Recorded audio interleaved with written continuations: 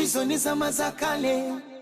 Shara ne dora maka da shinkafan nan din wallahi ban sani amma bari in kira kamar kar Allah ya sa mu da shi. Wallahi da mun fasa musu dai kuma haba wallahi gashi. Wallahi hada kuma ka sai riga mana magana ko jefar da shi dami ne kawai. Bibin nan tana kira na. Mace kenan. Sabo ai bibin nan ne wata. Ta malali? Za mu ci kuɗi.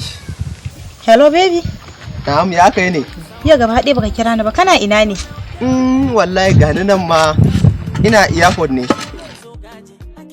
Wallahi zan je Ingila. Kai baby shine baka ce mun zo mu tafi tare ba?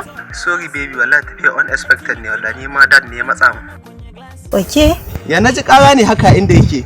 Wallahi ka bari kawai masu daukan babana ne suka zo daukan shi a jirgi. Ka san ya ce ya gaji da wallahi mutan nan gosul wani lokacin. Shine ka ji karan jirgin nashi. Gidan manya ce.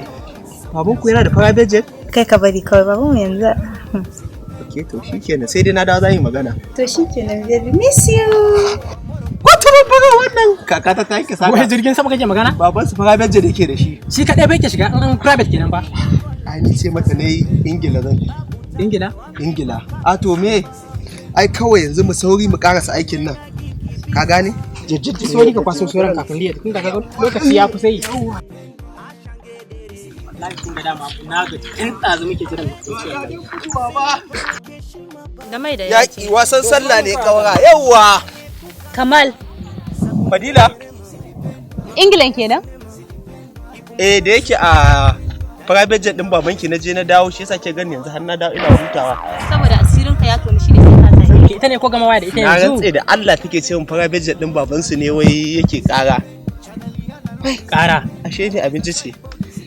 Ashe kallon kitse ne wa rago inna lillahi wa inna ilaihi raji'un. Gwara ni mai abinci ce kai kuma mai daukan block ne. Ke ka ya sauke. Kai ta tafi. Ta tafi ina? Alƙur'an ta tafi. Ke me yake sai da? Ke tafi. In na ci abinci nan ne nake tafi. Ta guza mun baje da wallahi. Kamar ya ba za mu muna jin yunwa mun gama aiki ba za mu ci abinci. Ai ta guza mun baje da wallahi. To me ya faru kuma haka? Na yi budget a banza a wofi. Tafi Allah ya kawo kasuwa. Kai ma Allah. Yauwa wani na kira me sai da abinci ce kacce ma ƙarya ke ɗauka. Ba zan dauka ba. Shi kuma mai gini ne. Agwara ni sana'a ce.